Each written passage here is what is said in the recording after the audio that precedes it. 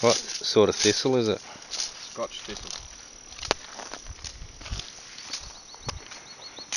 Usually got those purple flowers, purple tops, which you can also eat if you want to.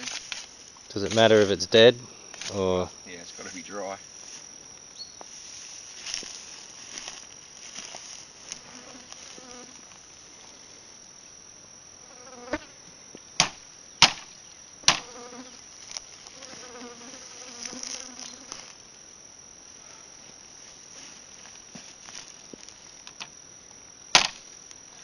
So you're getting it nice and straight there?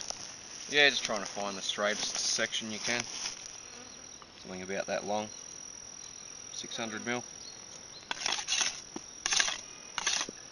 Pretty prickly, so you want to scrape off all the shit.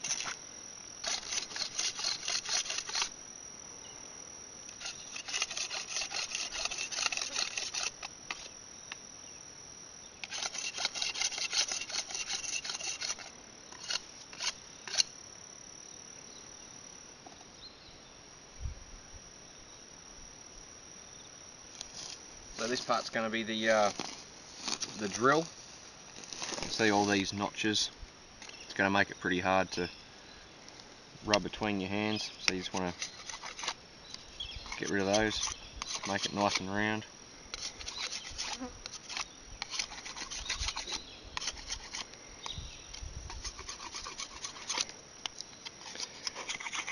So it's, with the wood that you've got for that, it's the hard outside and the soft centre that you're looking for.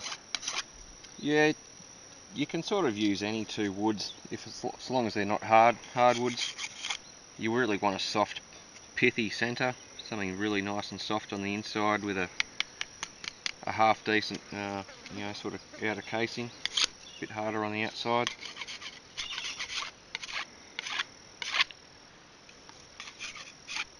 Around here though, you won't find the right kind of wood. It's all hardwood, river gums, and eucalypts and all that sort of shit.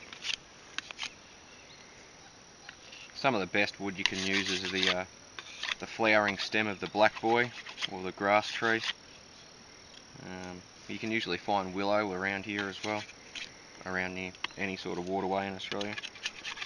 Willow's pretty good, probably second to the black boy. Grass tree, if you want to be politically correct. But I've seen the stem of the Scotch thistle.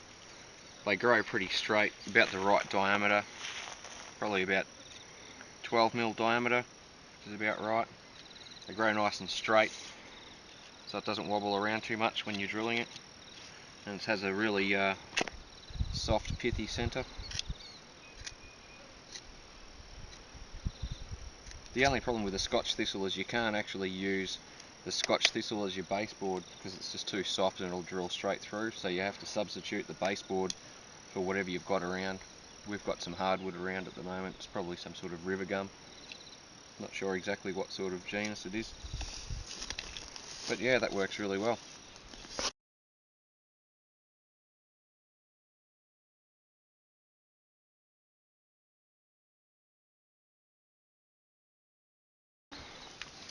So for our baseboard, we just grabbed any bit of hardwood that's just been laying around. This is just a bit of some sort of river gum hardwood. It's not too hard, not too soft. So you just want to carve out a nice flat platform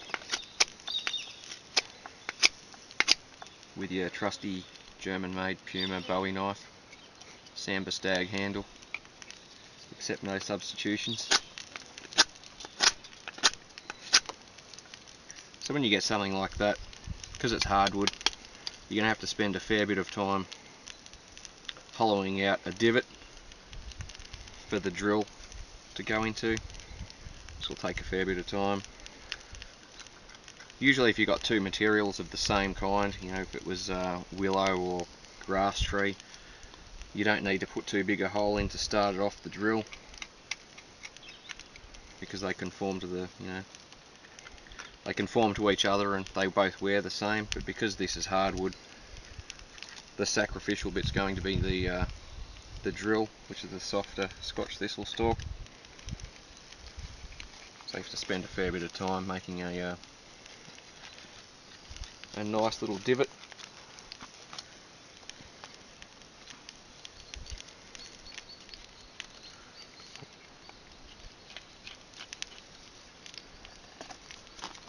So when you've got yourself a nice little hole, starter hole, you'll use the drill.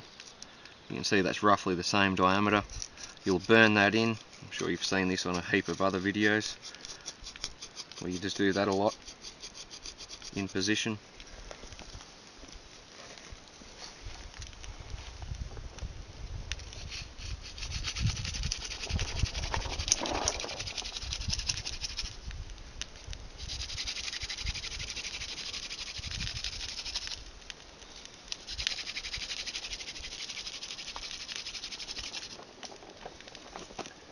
So on and so forth until you get a nice, well conforming mating surface between the drill and your fireboard. And of course you're going to cut out a notch and get some pretty nasty blisters on your fingers and palms if you haven't done it before.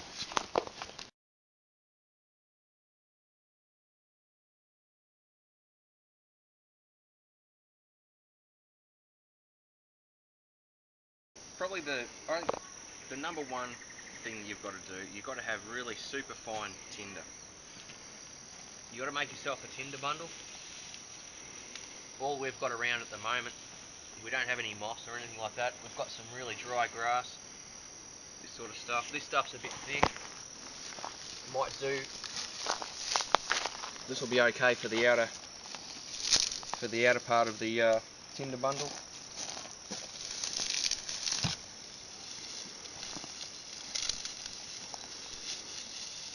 That'll be the sort of the material that holds it all together.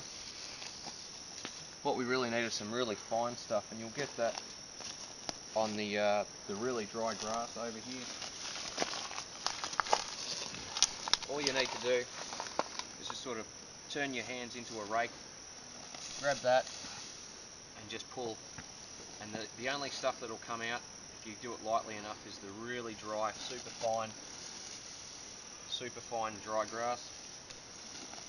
Just do that a heap of times.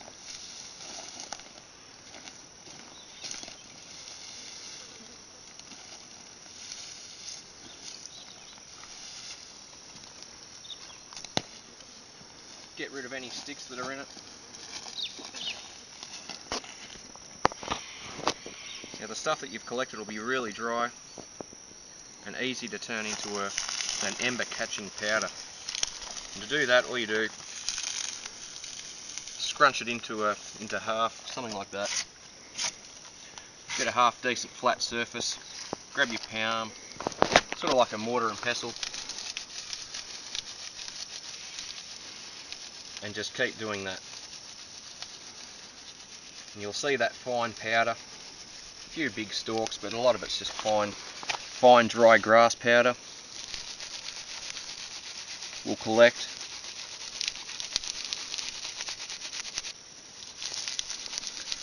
Just keep doing that till you've got a half decent pile. Put that in your tinder bundle. And this really fine powder is what you want in the centre. That's going to take an ember really well. Super dry, super fine, compact.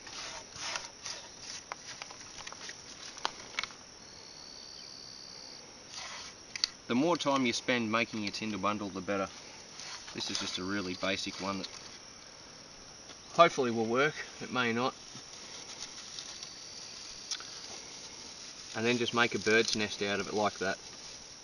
Use your thumbs, push in an indent, leave it like that, sort of flat. You'll go back and you'll start your drilling, you'll get your ember and you'll put it in the middle there, gather it all up, fold it around. You've got the thicker outer stalks to hold it all in place. Grab it with one hand, Done.